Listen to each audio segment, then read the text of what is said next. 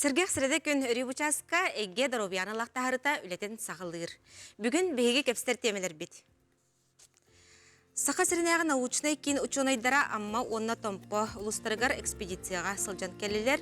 Ученайдарға нәхілене доробията туу кепсири. Дойдубут бірісідженін республикат илдарханын гранарын өйбілдерінен ұрақсытар нәхіленеяқ бұндар ұлақтақтырын доробиятығар олыс улахан болғамта урулар. Бұтуынан бейеқа сейілі кепсияқтыра. Экке синге борон сы барын учунайдар бахар биттара ыратта. Бу сы доробияга хайдак жайыры.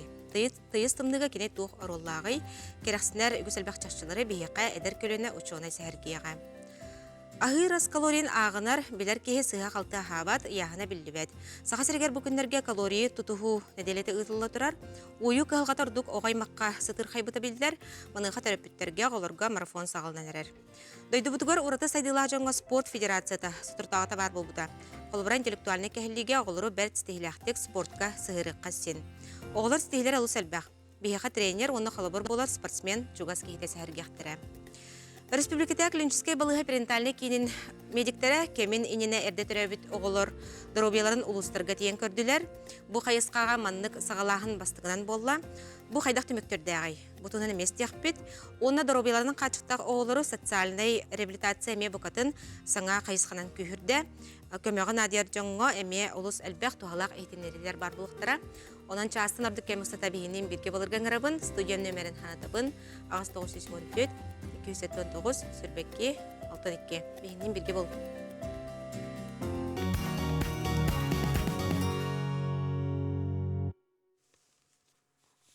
Студиям ылжыттырын билихиннеребин бихиэка бүгүн сәргияқтыры. Саха сиренеға научнай кейін үләхеттері Оксана Гаврилевна Сидорова, Саха сиренеға медицина калықаларын чүнчер научнай кейін үләхетті генетик бараз, атаксиялақ, оны атын ербек әқтейлақ пациенттар ассоциацияларын бірседәтілі. Үтөкіннен. Оны Аграфена Владимировна Ефремова, Саха сиренеға медицина калықаларын чүнчер научнай кейін үләхетті биология наукатын кандидата. Үтөкіннен.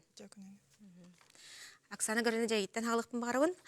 Бұл научный кейін әрдеп бітім күрдік дойдывыт президентін республикат Илдарханын гранларын өйебілдерінен ол сәлбәқ ұлыстары ғахыт жағыт, нәйлейіндер обыден кетайын көріғыт, ғырыны сәретеге өлі бағытын ұтағатты. Манығы жай бұл аммаға оны томпыға жолан туқ сыллақ сұрықтақ баран кәлігіді. Беге бұл ғыл кулун тутарыйгар хеттели күн амма оны тамполуһун баран чинчиен көрөн келлибит. Биһиги сыалбыт боллагына нербек ахтилах ырыхтары буларга көрөргө истерге онна ти ужорунан бериллер нербек ахтилах ырылар аммалуһугар сүрүннен бар болагыджаллар миотоническая дистрофия. Онна боллагына спиноцеребелярная таксия сахалыт такына бакара салхаден ырылары. О ити улустарга бихи сүрүннен бу 2 неделе үлеләммит 500 бехен үс кехини көрдүбүт. Бехентан такка кехини бейбит балыга бытыгар сытар балыгага эмтене томтонун ырдыбыт. Онна ырыны серети өңөтүнен отут 2 лекцияны ахтыбыт. Лекциялар быт давлениятан, инсульттан, онна сүйө ырыттан кихи кайдак карастанар иден. О темаларга кепсәді бүт. Ол үрдінен үсі бір сүріннен хаңа лекция бұтын әме асты бұт еті ұлыстарға баран кырпақ әттіктер, микроэлементтар, кеге доробия қарыстабылығар туық тухалақтары, кеге қайдақ кенлері туханан сөпкі, туханан бәйтін доробиятын сөпкі көрінер еден. Ите бақуарар денті сақалы жөбәтік бағарын әттіңде? Ите ұры түрді төбеті туққадар. Эти боллагана нербек яхти ырыта ужорунан бериллер. Ужорунан бериллер спиноцеребелярная таксия первого типа ден ыры саха серегер элбен турар. Хетте оны сыллардақтан өретилли бит ыры. Онна боллагана хакалар былыр гыттен тигырыны билеллер. Тигыры норокка ата бакарар или салха ден. Үкшүтэ жоннор састарын систем бараннар түрдүн састыргар тиенерен ыаджаллар. Ити ыры боллаган ожурунан береллер, иеттен дагыттан да бериллен сөп. Онны боллагана оголорун айы бехин бырыгын куттал бар оголорун айы. Оğları gajjar bolar bollağına kini oğulları miye siyenlere bolar bolla. Miye bihin bırgın kuttal barı. Bu Çoğuna gırı bu tiksere. seretite bardı oğla bura seretilden söptü bur. Iti gırı seretillen söp keren ardır törüyakların inniger медицинская кинге бихаға 99 сыллақтан оннук чинчии бар. Керен ардар кат болбуттарын кенниттен төрүөхтөрүн иннигер инненен кээ кииреннер УЗИ контролунан кииреннер ол бого сахардагыны гыджы дыбыырынын гыджы батту ден оннук быхары бар болбут уже бу хүрбеттен таксал болла. Онтон томпол уһугар тугу чөнчү дейти. Томпол уһугар болла биһиге хеттине хилекке хырыттыбыт раах багайы каялар нөңү тополиной диен деревняга даже тие хырыттыбыт онно туох мия бакарар салхы бирикки ыаллар бааллар оны чинчийдибит көрдүбүт онно болланы тополинойга сүрүннен хандыга киндергер хандыга олелайтыбыт онна чугас бар нехилектериме кирийдибит. Очоны опсая төһөн элекке артыгы Опсай биһи 11 нехилекке хырыттыбыт 2 улуһуна. 2 луһуна. Сөп. Онтон бу жа борон сыден өйдө бил барди. Борон сыдыр обияга тох солталагай, бияга сәргега. Аграфена Владимировна. Аграфена Владимировна жа баалыста бияга бахартын берер борон сыден тугуй. Ну, вообще, бурая жировая ткань, ранее было известно, что она присутствует только у зимоспящих животных, грызунов, и у человека только у новорожденных. По истечению 1 года эта ткань редуцируется, считалось. Но в 2009 году зарубежными учеными при изучении рака были выявлены симметрично расположенные очаги активной бурой жировой ткани в надключичной области. И с тех пор пошли дальнейшее изучение этой ткани. Значит, наш Якутский научный центр совместно с итальянскими учеными мы провели большое исследование. Значит, мы ездили в Анабарский улус и брали кровь у проходчиков алмазодобывающей промышленности, которые работали на улице более 11 часов. Значит, в ходе этой комплексной экспедиции мы взяли кровь на генетические анализы. Также параллельно мы сделали набор патоморфологического материала. То есть это прямо образцы жировой ткани у людей коренной национальности. И наши исследования показали, что бурая жировая ткань у коренных жителей, то есть у нашего населения, очень активная. И почему она полезна для здоровья? При активации бурой жировой ткани происходит избыточное потребление избытка глюкозы в крови и также плохого холестерина. То есть способствует похудению. Также были исследования, которые показали, что исследовали у людей с избыточным весом, насколько есть бурая жировая ткань, и у людей худых, которые не страдают избыточным весом. И исследования показали, что наличие бурой жировой ткани коррелирует с худобой. То есть этой ткани нет у людей, которые страдают избыточным весом. Олата төттөрөтө болор өбүтчү. Бар боллагына үчүгей. Бар боллагына үчүгей. Сөп. Онта чинчерге улсын трехне боллади. Аяка. Чонай кияка. Сөп. Онта кини боллагына чона бар боллагына үчүгей дейтин. Олата кини доробия хайдары жайыр боллади. Да. Когда у нас проводились исследования в Италии, я общалась с профессором. Профессор, он занимается бурой жировой тканью более 40 лет и является фанатом бурой жировой ткани. И он рассказывал про свой образ жизни, как он это применяет в своей жизни. Значит, он рекомендует не кутаться от холода. То есть обычные люди могут одеваться, то есть голова, ноги в тепле, и можно совершать длительные прогулки на холоде. То есть манык тонгохотгар джери, титерехатер джери нужно тонгохкасин. Это, конечно, это все контролируя. Прогулки должны быть введены постепенно. То есть начиная с 20 минут и можно до 2 часов довести на холоде. И также такая есть рекомендация у людей, страдающих сахарным диабетом и ожирением, вообще нужно спать в прохладном помещении, то есть до минус 16 даже. Отчоғыны біле оғылар бұтын сап сула да сула болар бұт сыға болады. Ага. Вообще у новорожденных до года бар хэп, это бурая жировая ткань, и она защищает от переохлаждения хэп.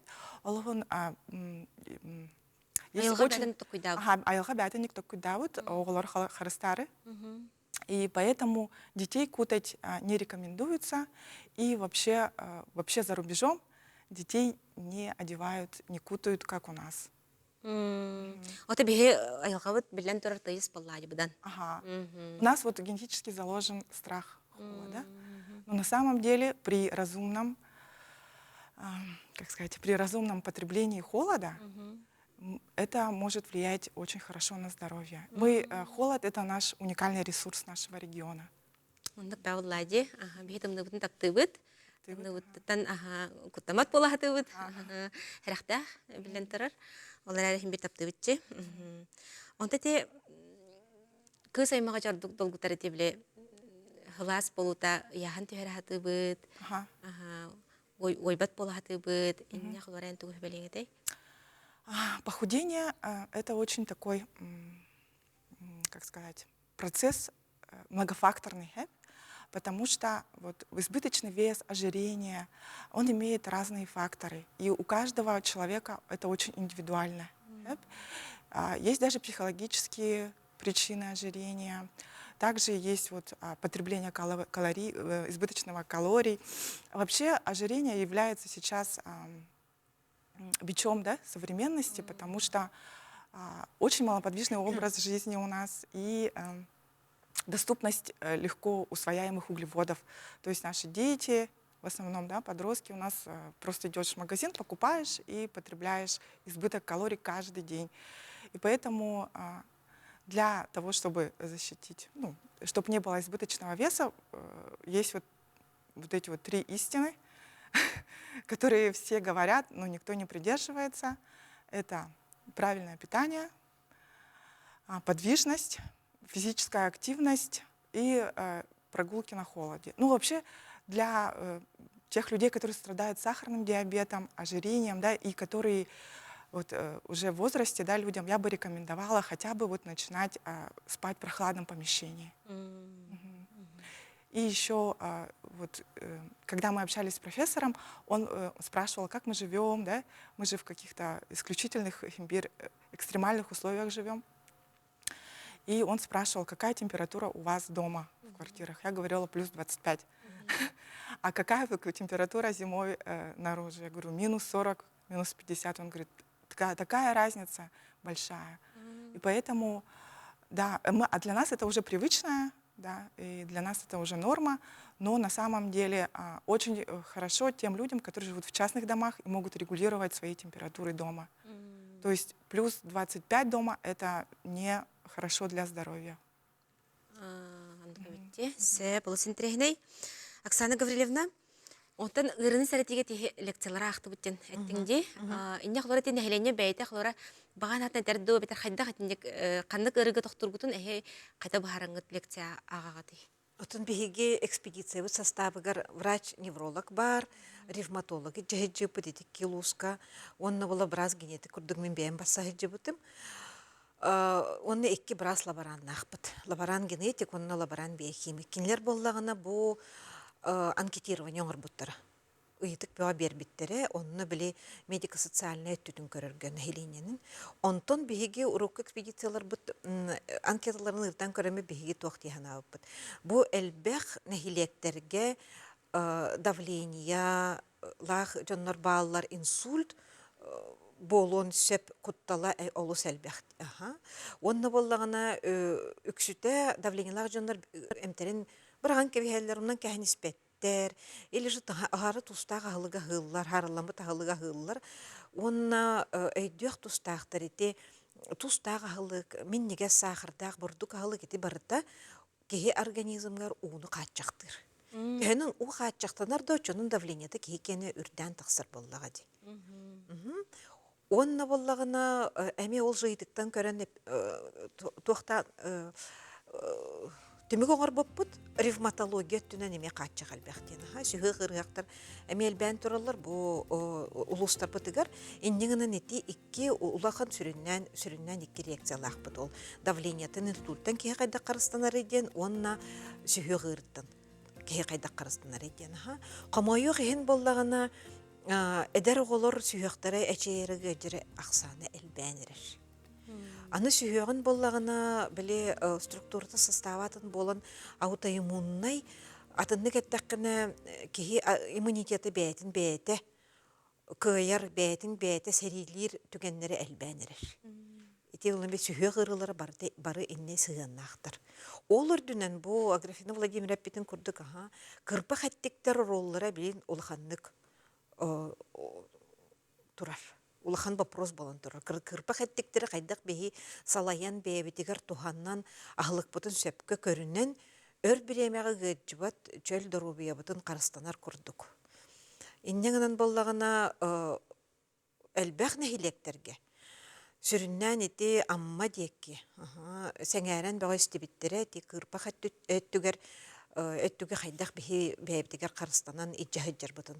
Ол лекцияны олыс сәңәрен вопрос бәй береннер, жон олығы хағастық кәпсәннер, олы сүчөйді қылымыттары. Эти кырпақ әттіктен Микроэлементы, микро-макроэлементы дені. Аны болған еті, бей сүріннен ағыбыт еті, бұрдық ағылыға меннеге сағылық бұт келеп, мұқарон еті, хөбілір бәреске біт алажы бұт білмемет еті, барда кырпақ әттіктері бейттен бұлчы ғыджыры жоғыздығар. Аны болған еті, бей сүріннен ағыр углеводтар бұт, Оты бейс сағалар күн тұра-тұра. Әттәқ мақарон, әттәқ ирис, әттәқ қартоска сөксті хараламып болар. Еті барыта нару, бұры, очағығы әчетер. Хүріннен боллағына ұйты бердәқпін әппеттейлер. Мен боллағына тон кистеліңе хуақ әттәқіні хағым қатан дейін кәпсейлер. Неделінің күйін ғыджыбаппын қойубынан дейін. Еті болны олыс сотчота хуақ көрдірі болар. Еті ата бұл кеге ғырыға уже икките үсті қардылан жыр. Биддері бол батақ икките үсті қардылан жыр. Бұ кейттен олағын олар батағына бұ кейттен олаған ғыры кәйті өққасып. Отот жоғына қайдақ олардық тақпыды ағылық бұдын? Генетика бұғытнан әттәқпіне бейге бүгелер біт батчал бәқ мақарон лапса рис қортоска хен кәлбетақ жонлары білдер. Даже бұд сыл нөңі өтігінші тоғы сүз сүрбет өтсіллаққа бейге әхелер бет әбелер бет, қос әхелер бет әбелер бет. Батча әлбәқ углеводу күнайы мақарон қортоска лапса рис келеп мотой батақтары жақчы. Ол хен кендерде бұл Аграфена Владимировна теренеме ол борон сылары әлбән, иммунитеттері сүріннен күйірен кенлер еті чөл онына өр олыққа тексер боллақтары де. Беге еті бұрабыланы кәхеммет, даже әрді көліне оғылар бұд білеген сүйі ғырыға тексер болы хаджалар. Олық есігер керен барды қаулыз түгіқтіға бітті. Аграфена Владимировнан бұл Білінге бұл дұробай боларға қайдақ туғанар бұтын онытын бір-бір сөбәлең әтеді. Бұл жіншейін төміктерінен. Так, жіншейін төміктері. Ну, наше исследование показало, то, что мы у коренного населения, у Сахалар-Гадеха, у нас активная бурая жировая ткань. То есть для нас очень легко его активировать опять. Для этого нам не нужно бояться холода.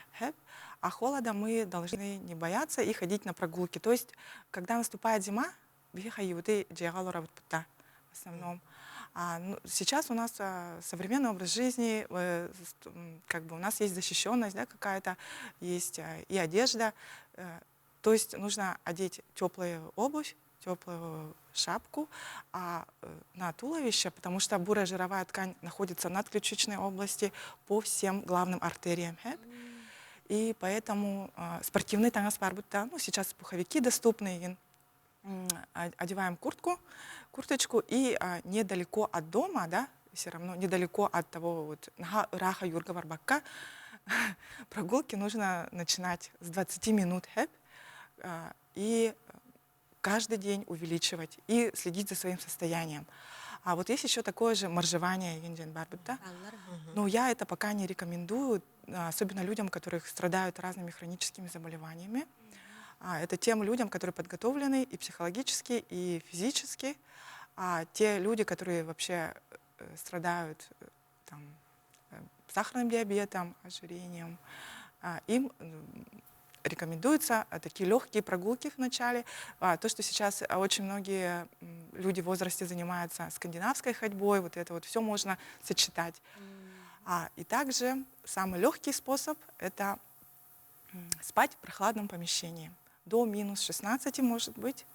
И когда вы спите, ваш сахар будет расходоваться. Да, чөйдік сөбеләтің, мен өтчіғана қадара мындық білер әуіппін хәп. Кығын болын, хайын болын мен бәхет ағағаз форточкалақ Это очень правильно. Олды әп әуітті.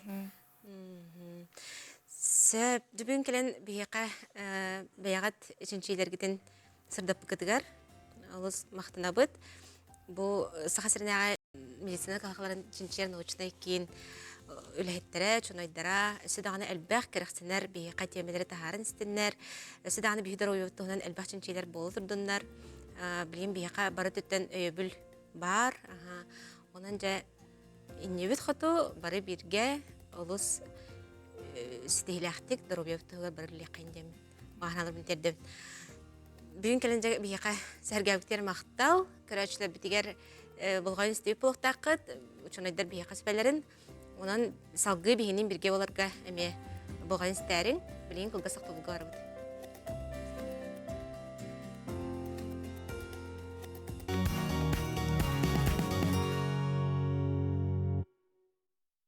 Күнді көрәшілер біт әгге дұрубия тахарта салғанар.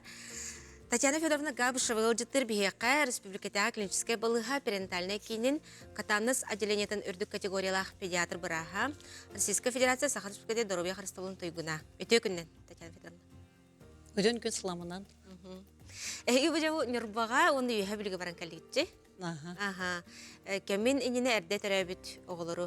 Көрен істен? Сөбәлән кәлігіт. Бағалысы жекапсәрі, оны бұл катамныз сен опсанан бұхарда тұғыш. Ота катамныз тен бабаланы кемені иннені олы өтер әрде төзәбет оғылар. Бабаланы 2-тіңінші 15 жыллаға приказ тақсы бұта, туақ кені, здравоохранение кені, Россия кені. Оны 500-тен келеттен төзәбет 500 граммтан тұрады? Граммтан. Ой, 500-тен граммтан үйәт төзәбет оғылардықтан ғылата уже кенелері бігеге тонманы дұралшы көріқтәқ бет темаға болағады. Олеген болағына, бұл катамныз болағына бігеға катамнығы болағына оттан бұл 2-тіңінші 10-ға сыллақ қатылды бұта, бұтуға отделениета.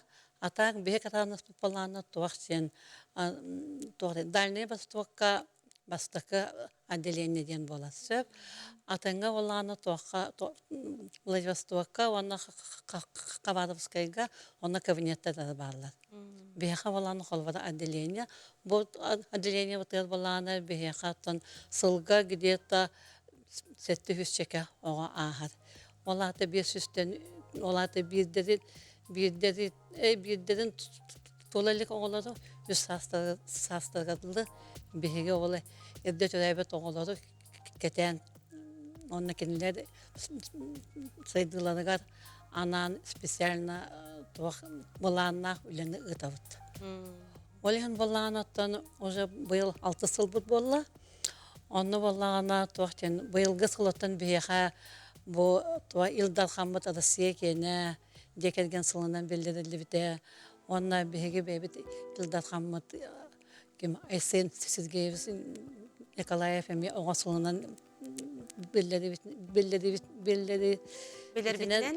бітінен себәстен бейге ол туғынан чешетінен бұланнақ үләне оттан ғытавыд. Бастықы біргеді болағын. Олеген балағына бұйыл анализтан көден бадан бұд, қолуыда бұқыд, туақ ұрақ ұлыстарға бар оғылар бұд, олақ бейға кәлбәтті де біт тауыеті қана кенелер біле туағаттынан материальный дөттүнен боллун, или боллан элбэх оңолақ боллақтаны меккаян билек келбек боллақтары де. Ол сылынан связьтен бихиг оттон бу. Быйыл нюрба улуфугар, онна туах үйе билүү улуфугар, бес брас барамыт ол оңолар бүтін көден келді бит. Отон қанның брастар детек қаны болағына туаха педиатр, кардиолог, оны болағын офтальмолог баран келді, оны УЗИС, оны болағын массажист баран келді. Оны баран келбіп бітер, оттон нюрбаға көкөдөр біт төрөп біттер, наха көрділер, мақтанылар. Оны болағына массажист болағына туақытта, мастер-класс ытта. Оны төрөп біттерге, оны ол туақ егер бар массажист өрәқтақ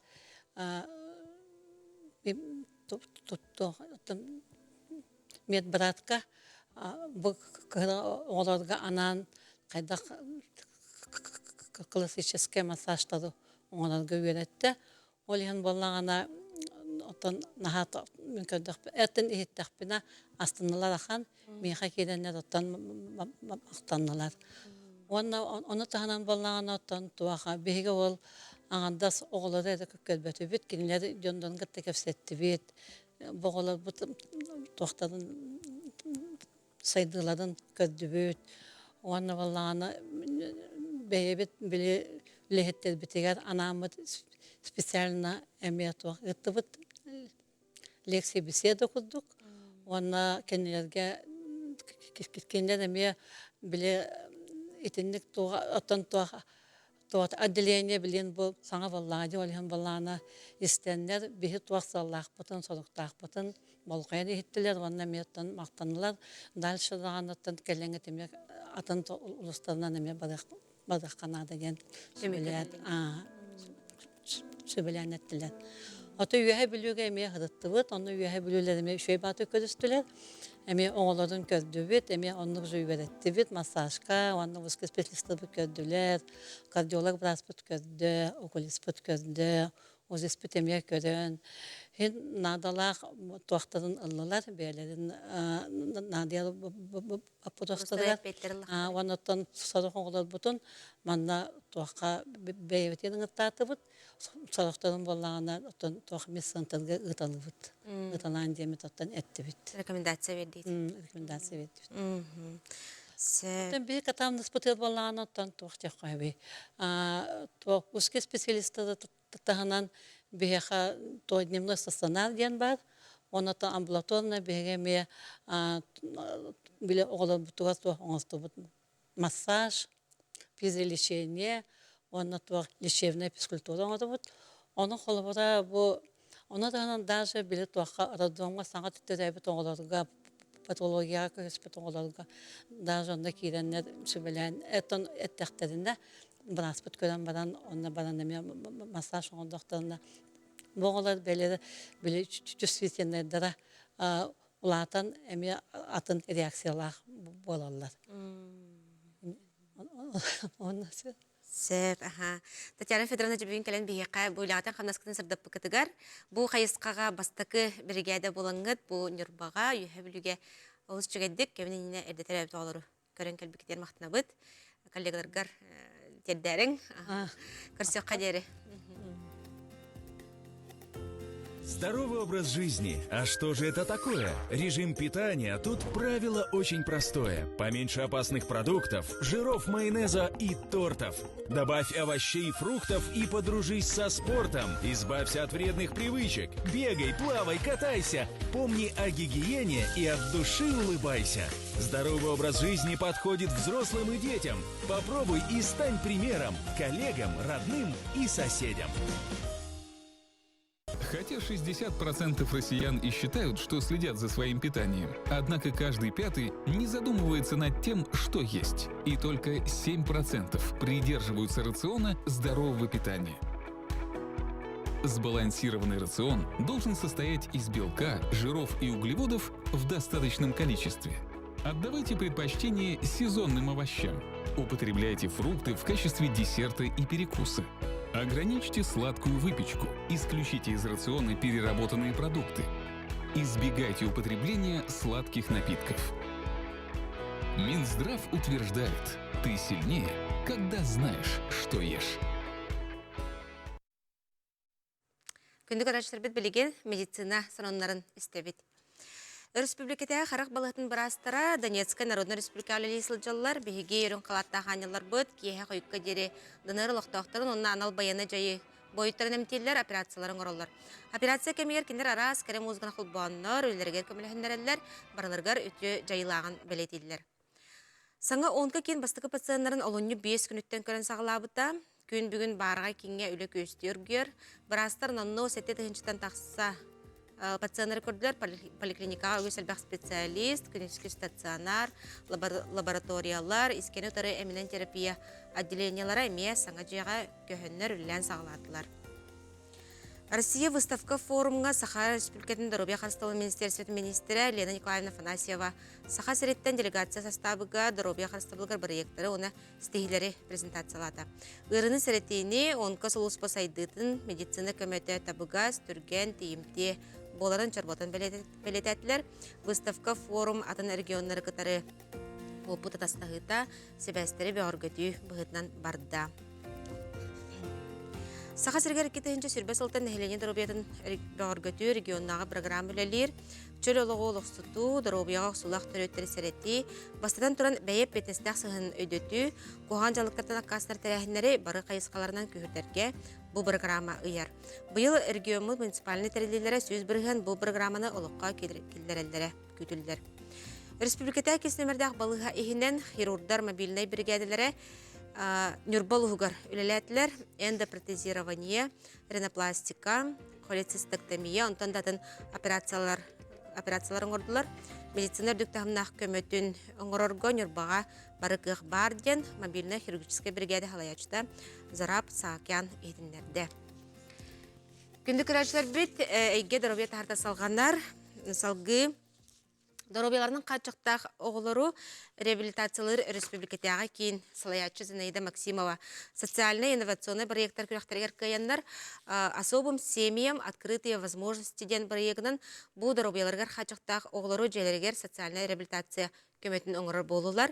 Бейеқа сәхәрге кәлі Альбина Константиновна Халанникова бұл кейін невролог біраға. Өте күннен, Альбина Константиновна? Өте күнінен. Жабу кейін бұл бірегін тұғынан қанна лоқтық, қасығы, тоқсыллақ сұрықтақ тәрелінде бағасты бейқы сәргер. Бұл үләні сағалырға бастан өренмеп біт, аңар бұт Череповец қорыққа, аңар бұт Игоревс қорыққа өренен келен баран, үлі біттен аспыт сыл төрдіс кварталыттан төт оғыттан сағалабып бұт. Бұл оғылар бейеқа іспейхеге социальный қаралта управлениеті берер, ол то іспейхегінен бейге адрестарға МДРК ден әлбәк команда, әлбәк специалистерді команда болын тақса бұд, мультидисциплинарная реабилитационная команда ден. Ол онына невролог біраз, ортопед кейрер, ЛФК бірастыры кейрерлер, массажистер, логопедтер, бастан бейге оғыны жетінде условиятыр көрөбіт, істебіт, онына тоқ барын, тысыр ден, обычный болит, оғыларға бар болыр, технические средства реабилитации ден, олын тұқаларын көрөбіт, учет туыбыт, онына бәбітігер туғыңызды бұд. Бұғыға туақтан хағалғақ бұтын сөбіт, туақ реабилитация көріміттен ден бәбіт сыл сұрып тұрырына бұд. Ол сыл бұд барда әбіхәт туақ болуқтақ. Конкретный болуқтақ, қолыбыра оғыны қамтарықтақ бұттен болбатақ, именно бігі үсі гүлелей біт. Ол үсі егер оғығы қолыбыра сылылар кынықтақ бұт, әбетер оларар оңыруқтақ бұт, селенистар оңырар кына, элитін қамсатар, денетіннік конкретный туақтарын сылылардан хағалы бұт. Ол сыл бұт болана жетін условиятыр, оңырар бұтыр жетін условиятнаме көрі бұт. Қолыбыра ол тоқтар, тоқ тәрілләғі, артез барды, соқты, оны бардың учеттан, терапевттер асаналарына бәйәт учетты бұд, оны протоколын ұры бұд. Ол протоколынан тоқ аныбыт каннык упражнениялар бар болуктактарын, оңоролуктагын, уана логопед, психолог, ЛФК инструктора, массажист үлелерин сагалыйлар. Олонну биһиги улахан сылбыт төрөпүтү үөретти. Кени боғону кайдак көрөктагын истиектагын, туох нималар оңоруктагын, кайдак боғону таңнаран, оны кайдак условиялак итиектан эме көрөбүт. Олонтон неделяга, 2 неделя бидде специалисттер таксанар эбехат контроллулар. Тугу ситиспиттерин, туох кыллыбатагын, туох ситигилемиттерин бартын көрөн, бу төрөппүт дневник оңостор, олонно бартыр сурунан ер. Ол түмүгүнен эми эби туох эми оңорукпутун хөп жаркту массажтарын эби киллерен ду или ого ахара сылайар ем боллагана тугун улардан еген берек бүтүнсеп. Онтон ол боллана барда үс ыйынан туохтанар, салганар, бир ого үс ый реабилитацияланар. Олонтон көрөбүт. Онтон ыйталларгар туох учеттаммыт, учеттак туох жетигер ен условиялах оголору испехек быгытынан ыйталлар. Эки бияка келер, олонон үлелибит. Атақлары маны бағаттынан хориттарықтарын сөпті? Суох. Оны бартын болан эти управленияға көрін олар, кем қайда состояниялағын, бұқылар, дұқылы баттуден, онына болан хорық оғылар болана туқтақ болалар. Біраз көңіләбәт қолы бұра таңыннара тұруаран, қамтаран, қанырмасына оларды, онына біле әмке иджелерін, зато боғылар жерлерін условияларғыр олағы чүгей көмен ұлықтарын түсеп, онына жарықтанықтарын әме өсеп. Қолы бұра жерлергер сұттан, онына оғы итіннік условияға әбей стресс ұлбат. Потому что билер условиялара, билер анюрдара, мамата бартын оңарар, мамата жарықтанар, онына бир массажист ананан хыджар, оны контроллурга, ол барар, онына олхин стресстер аяқ болар, ары туақтара үчігей болар сетихи бит. Оттомандык очоғына сылға төхөті бидде бараларда? Бидде баралар. Онтон 2 кварталгатын испехек оғылар келелер.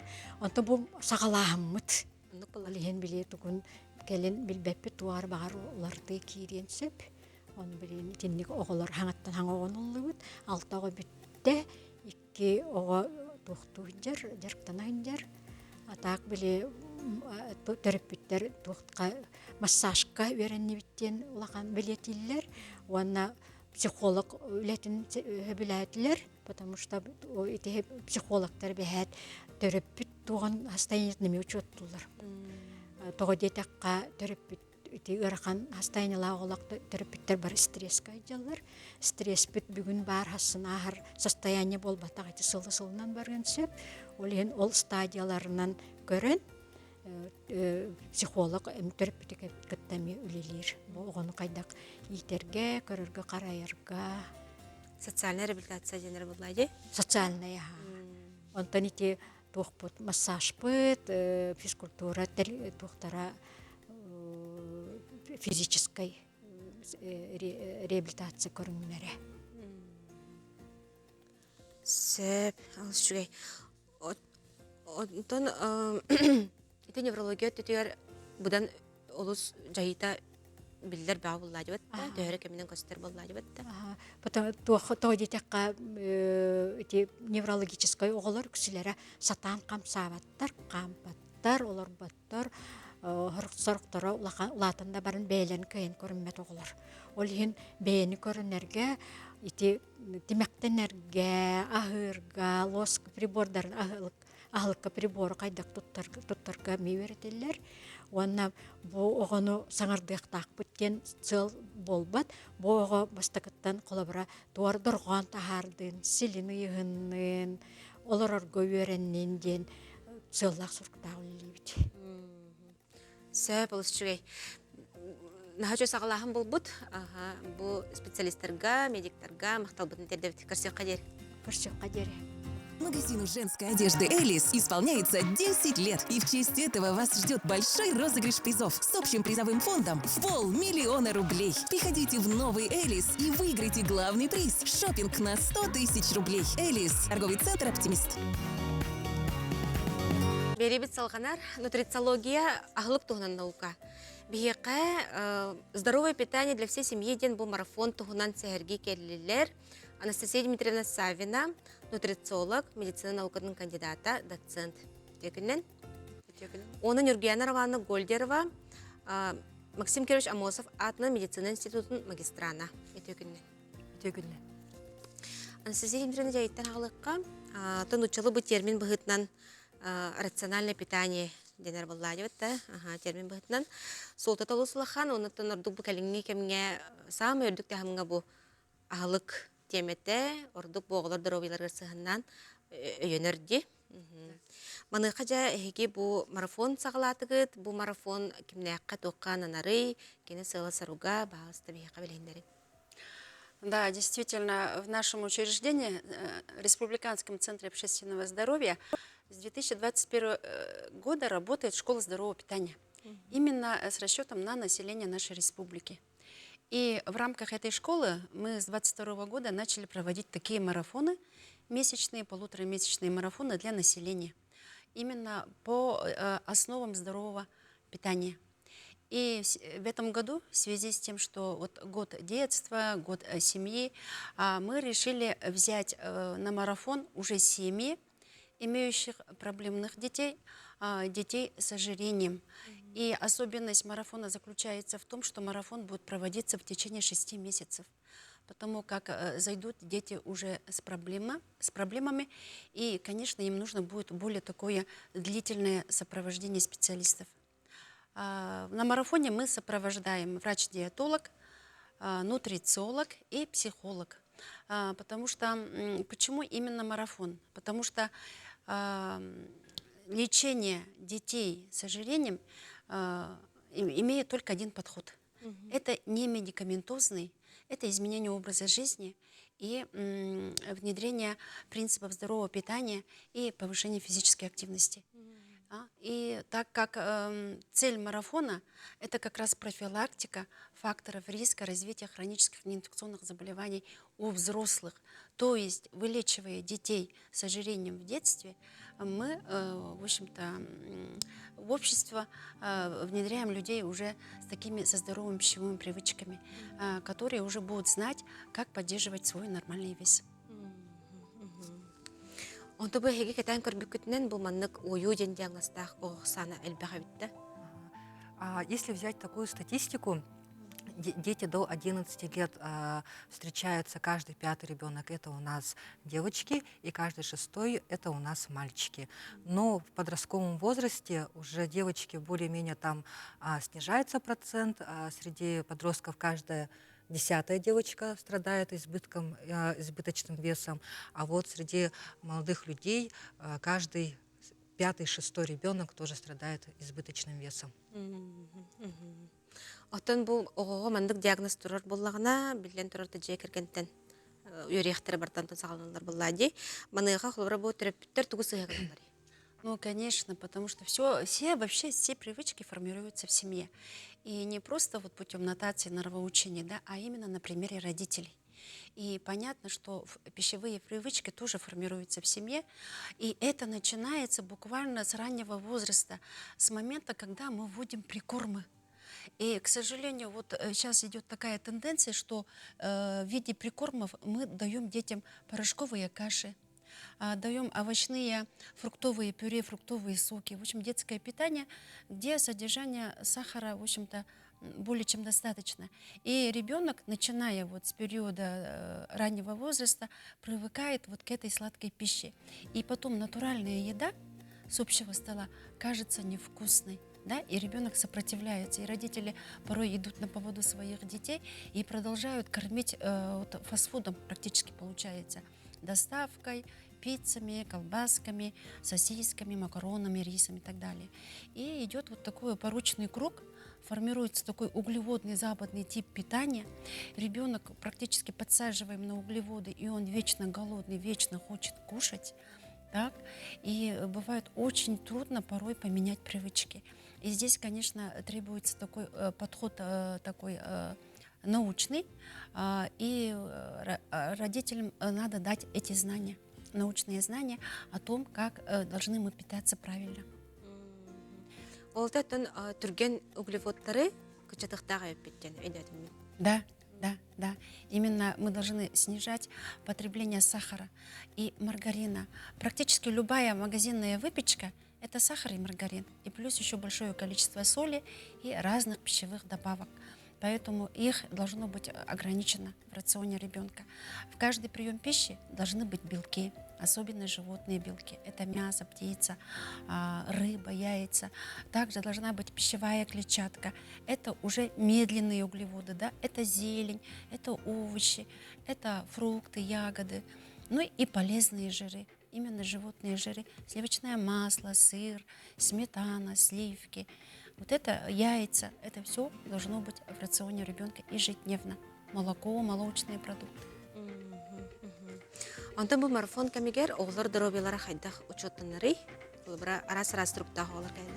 Раз-раз структах олар калелер холобор бихе манны гына вот принципе як кому я хаджавт хэп олар бәлер заяв жоннора дропиттере заявка талар бияха хэп аны бихе именно оскола олару оскола састах оларын лабыт хэп аны тох вот индекс массы тела. Индекс массы тела, то есть это норма, избыточный вес первой, и второй, и третьей степени. И у кого уже у детей есть ожирение в первой, второй, третьей степени, мы будем делать забор анализов, будет консультация эндокринолога для того, чтобы действительно посмотреть, какие у ребенка есть дополнительные проблемы. И будем работать в течение полугода. Также они будут в марафоне, и в конце уже через 6 месяцев также мы будем делать повторный забор анализов, консультация эндокринолога. И там уже мы будем видеть динамику всю полностью. Нет, это однозначно не соревнование, это просто мы будем менять образ жизни, семьи, питания, чтобы не только ребенок, да, обычно же у людей как закладывается, да, вот, например, я у меня тоже есть сын, которому 14 лет, у него избыточная масса тела. Поступив в мединститут, меня вот Анастасия Дмитриевна очень многому научила. Теперь мы реально поменяли свой рацион питания, мы действительно ели совсем неправильно. И буквально вот с октября по март у меня сын скинул более 20 килограммов на одном только сбалансированном питании. Тому и мы будем учить именно этому сбалансированному питанию родителей. Да. Не туга эбенет якны?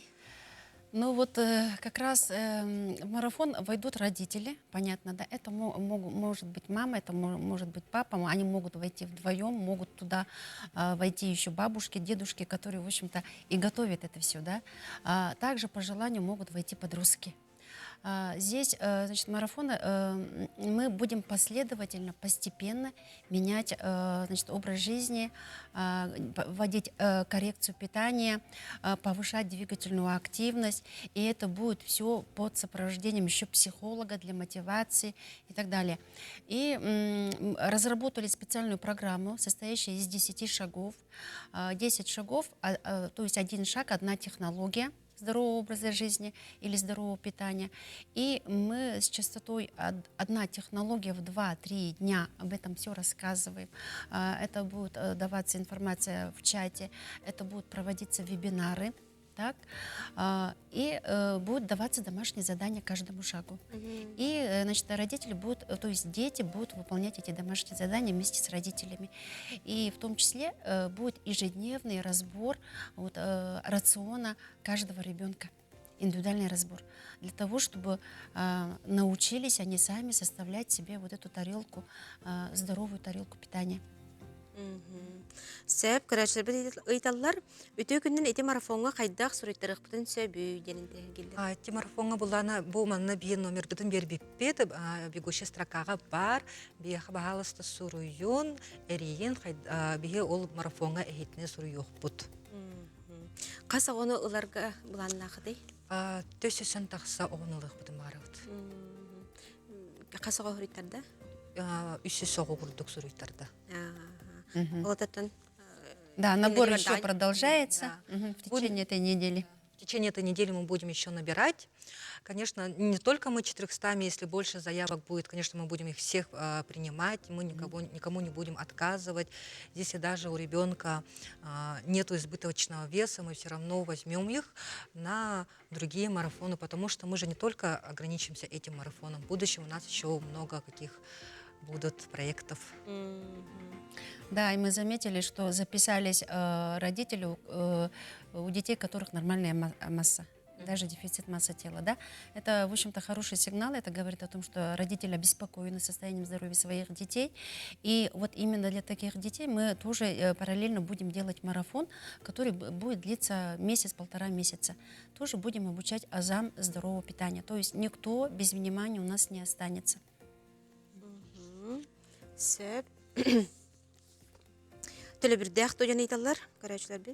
Нет, это абсолютно бесплатно идет. То есть никакой оплаты не нужно. Мы принимаем по городу Якутску, конечно, детей желать, но и если других районов есть желающие тоже, да, мы тоже можем, мы их принимаем, но не будет исследований просто, анализов. А вот дистанционно, как марафон, как мы будем им тоже рассказывать, с ними тоже работать мы будем. Қас астарттан сұру тоққай бі? Школьного возраста от 7 до 18 лет включительно. Оны астырғар дәрі. Оны тұбы көрәшілер бітігер, білген каранлар терапевтерге, оғылар бұд, дұробай, ағылықтақ болаларын тұғығар, әмек ұлға сөбелергеден бері кеп болдар. Конечно, очень многое зависит от нас, взрослых, да, и поэтому мы для них пример. Они видят, что мы делаем, что мы говорим. Поэтому, обучаясь как раз на марафоне, и эти марафоны мы проводим для населения ежемесячно, вы, в общем-то, начнете разбираться в сбалансированном питании и научитесь формировать вот такой сбалансированный здоровый рацион для своей семьи. А питание – это основа здоровья. Основа здоровья. Если есть здоровое питание, если есть режимные моменты, питание по режиму, здоровый сон, есть здоровье кишечника. А здоровый кишечник – это крепкий иммунитет. Крепкий иммунитет – это в целом здоровье и, в общем-то, благополучие ребенка. Поэтому я пожелаю родителям быть мотивированными в изменении образа жизни, питания, значит, семьи. И здесь, конечно, главная роль за мамой.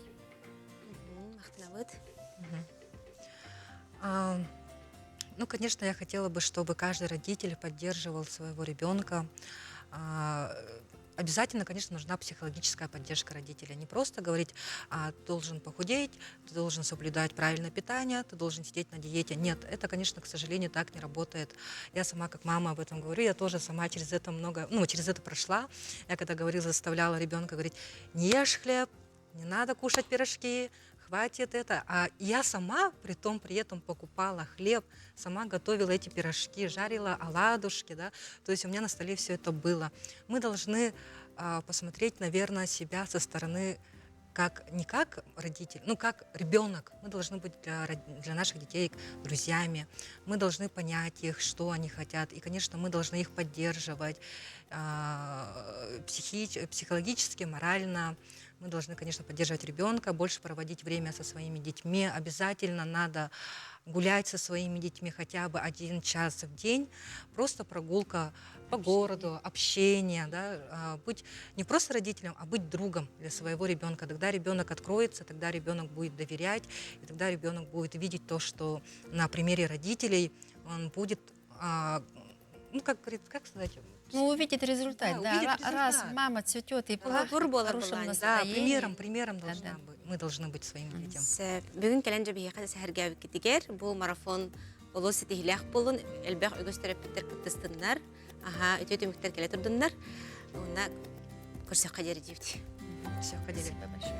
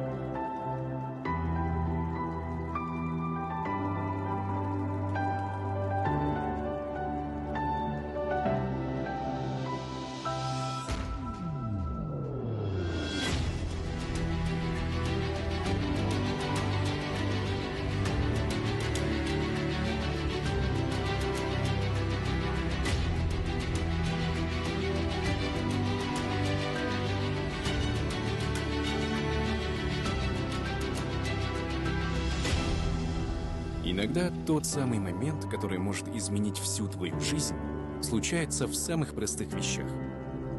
Не упусти его. Спорт для всех. Идугутугар урата сайдылах жаңга спорт федерацияда сотордаата бар болута. Колбары бу интеллектуальная кехлиге голору берт стихилахтик спортка сыгыраллар. Оголар стихилер улусарбах бияка тренер, онда бу колобур болар спортсмен, чугас кихите сәрги келлилер. Элеонора Андреевна Устинова, адаптивная физическая культура, она спорт республикатага кинин карбахыңы тренері. Интеллектуальный кехлилях жон спорттарын бүтін Арасыятага федерациятын сахасырдағы салатын берсідәтілі. Өте күнні. Оны Маргарита Яковлевна Кузьмина, Уху келін федеральный округка республикатага тахымнақ үгіз күрәқтер призердарын Сахаян Фокин әбәті болыр. Жа Элеонора Андреевна еттен хағылыққа бұл федерация бар бұл бұды бітче. Қахан бар бұл бұтай тоқ сыллақ сұрыптақы дей. Бихе федерация бит быйыл хаңа арылыгыта. Бу бихе республика битигер итинник именно инник доробияларны каччыктагы оголор нахалбактар. Бастыкы местага турар статистиканнан. Олихин итинник оголор жарыктанан, теннисинен жарыктанан, плаванияга жарыктан, легкая атлетикага ден федерация араханы бар бихека. Пода ден бар, глухой ден бар. Для слепых тенеме бар федерация. Аны бихи бу терапевттері гытта үлелеген, эти адаптивный спорт директорын Нергун Валерьевичтин сөбілеген әме маннык федерация арияққа демет, кәпсетеге кәлемет түмікпет бұйылғаттым бұ хаңа янбарика тағыз хаңа үлеген үрікті. Шеже. Урсая төхі оғы бұ жарықтарға хаджары, бұ видеолар көребет, оғылар жабады қарбы хыжалы. Қарбағыңа меға өтенлік интеллектуальный нарушениялар оғылар отыт түйет оғы бар. Онтан олық үшігейдерін таламыд бе соревнованияға жабарабыд. Бұл хотырлағыда Амурской волна ден Благовещенскайғы болбыд соревнованияға жауыппыд. Онны барын оғылар үшігей сетихиляқтар, бары местіляқтар. Тоққа эстафетаға первый месте болын кәлбіттері, қастоған первый месте болбыда. Онна сасайы болар фестиваль Хабаровскайга болар, оны ДФУ, дальневосточный эме қарбағыңа соревнования барын кыттан эме медаль алау. Жөйдже. Маргарита Яковлевна, бұл Сахаян Фокин әбәті болағын, олы сәбәқ медаллах де Сахаян. Бағалысы жібіға көпсен дөкен тұғына. Қарбағыңа бұқағын ағыл бұққыдай қасаатын дұрқтымды. Мен Фокин Сахаян әбәтін. Кеніне баланам 5 жылын арат tuyar ағал бұтым. Кені балана құлықане мойдорос колаларстыз класс көрені. Оны бұл Элеонора Андреевнаны көсөмін кені әкейд бітпін. Ол енді кені балана киренін адышқалы рағайеті. Жақам тағына, манды сүйдағына, леснесен тастан ұрықты адышқалы рет. Онтан Элеонора Андреевна керемет пеге, плавания керемет дұройы бұтты бұста. Адышқалава, қаява. Отчоғына олық тұта бірі қараққа көстері бітті? Қараққа көстер. Онда ол хитейі бет әдді. Қанды күріқті хеверге күтті ұтай? Благошенскайға баран биохонға 13 метраға первое место болды. Оны Хабаровскайға ме 100 метраға, оны биохометраға первое место болды. Онтан бұл мандық ураты оғылар денелер бұлабытта. Кенлері спортқа қассастырғар сығырар ордық жағаны гіне. Әтті сағыттан керелдер ол. Қассаттан? Әтті сағыттан. Әттелерден. Әтті астырыттан кейтақ түші бұл бейі қойтан кейт. Ари, чуд қойтан. Чуд қойтан кейт. Олатта хиджабы түшіге. Алды бола хетейі яғды ба? Хетейі дәлді. Сәп. Онты бұл кейінге Элеонора Андреевна қандық специалисттар өссөрелі яғылар күтті? Бихаға именненнек оғыларға ден түйет тренердақ бұд. Ол тренердар бихаға қолыбыры панозология марақсалылар. Имене интеллектуальный денлерге мен барбын. Спорт слепых ден бар. Ол онна Саренко Елена Ильиничный ден кыз бар. Подаларға атағы или сестере еген қоғаған жандар оларға болағына Григорий Сергеевичтен, Соловьевтен ол үлелер. Онна спор гулхи ихтен истибеттерге денди. Ол онда эме кыз бар. Просветова Ксения Николаевна ден. Оны бихи бары тәңне бары төт боламыт сүбәлһән бәбәбитер көмөлсүһән өлелибит. Анда ким даганы бихи төттөрден бәбәбиттен ураты игинден хук. Бәбәбитер көмөлһәбит сүбә ама бәбәбитер болууда. Отамандык тренердері оқылары мандык орта жөнөк төлдер тренердері анал үйрәх ина харгыт болды. Атынык курстар балдар. Атак именно ник эти тоққа Лезгов Санкт-Петербургка ник үйрәтелдер. Онда колыбыра эдеритчат 11 хигин бетерем баран онда килехтерин сөп. Баглах кеде. Ота бите күрәхтәһиләргә те хукелен регионга кытталлар бит. Республика дагына тахымнак күрәхтер булалар бит. Бу хотор кемнән тух булар турар якын күрәхтәһи булар турар. Бу хотор кемнән буллагына бихәка первенство гулхихтен булыктак Пензага май 16 гыгыр. Онна бу республиканский турнир Республика Саха-Якутиядан изары жабыт. Онда вот 5 мая эветер багыра эрде болуй. Атак булаңы бар. Сэп. Маргарита Яковлевна, онтан бу оглор уну тохтун өрдү көрелер. Яхылбара хеге бу сахаяны күнайы жаркка жаргет болу, кини ханата настроенида хайдагы тохтун көрелер. Ахаян плаваниятын хөбүлүр. Олак сразу Верини кытта барар. Верини кытта барар. Онна жосыны хөбүлүр плаваниятын. Ата күрәхтәһин бараргыннана атын тренериттен почем Эленора нету ден. Эленора тыны италар. Хөбүлүр жосыны плаваниятын. Аны дуруве төкөннән бәтә дә өйдүр. Өйдән хорошо дигән туй. Астынар. Астынар. Ата бу мандык төһө биреме хаҗаллар хлор бу жаркка. Жаркка амбастан бастыкы сылларгар кенер төлдөн 5 минут хаҗаллар. Онтон 2 сылтан уже балтара час, ник ул үрдән хер, частыра билден хер. Хамел бәбидә 2 час. 2 час хер тренировка. Күнгә бидде. Неделәгә үстә. Ата не хат буллады. Аха. Онта бу мандык оглары итер терапевттерге, жекергеттерге, эн тренер быгытнан, оны бу федерация халаячтын быгытнан тоқаннык сөбелерген тердеңетей. Онта бу именно бу мияга көмөлөр бу тренердар, школа учиталлара, коррекционный школа учиталлара, киндер через колобры тердис школа коррекционныйдара, отут тердис школа коррекционныйдара бар мияга оглары бар мияга жалдар хеп. Ол школа через учиталдар через колобрат кыктарын хепмега. Онна самородукка бәләре лишне дәгәлбит төннәрме балдар. Онна календар бихи камбастан браска баралдар. Аны брас бихи бәбит брас назначение горор. Онна кемега кайдак диагностагынан көрен ыталыр. Улһен бихига кален самородукка дробиягатын көннәренең. Сэп. Антон Маргарита Яковлевна эн эме бу бәйен әбәе киһи быһытнан тоққандык сөбелери береңетей. Ата мен этиемете терапевттерге оглар күтүн бу сумуродак калан доровыйларын көннөрөлдөрү багырым. Мен сенем доровый төкөннөн үшүгө. Берүгүт маха. Берүгүт элдер. Аны макталбыттар бар. Сэп. Очона бу терапевттер маны хлора бәйләре самородакка тиеннер кыттыктарын сөптү, эбетер ол направление брас кенттен эпәһәяндан. Киндер амбастан бихига калелдер. Браска калелдер, бихи брас бутыгар. Ол бихи брас бутыгар калдыктарына бихи брас көрәм баран, киндер мияка направляйдыр. Абонемент сурен берер, ача бихи олаганы улабыт. Уламыт верәдә бит. Оны терапевтың гытта биле родительский совет деген комитет деген диндә. Ат биле собрание урабыт. Ол собраниега каян мына федерациялык битенден кепсибит. Аны кене если онны каян багырып, кирен багырып буллаганы, булыр бихикенене онны члены ден келдерет. Көрәчү бит сурьяр бу оглары көрәммен наха үрдим карамут доктор дебит. Күскә тиемте гына үлелергитигәр багарабын, истихиләре багарабын дебит. Сөп. Ите марафон питания денне мелу салбахайты кирбит.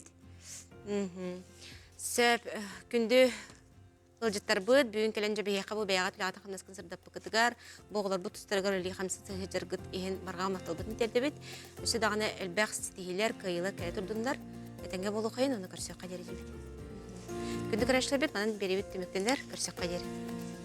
Магазину женской одежды «Элис» исполняется 10 лет. И в честь этого вас ждет большой розыгрыш призов с общим призовым фондом в 500 000 рублей. Приходите в новый «Элис» и выиграйте главный приз – шопинг на 100 000 рублей. «Элис» – торговый центр «Оптимист».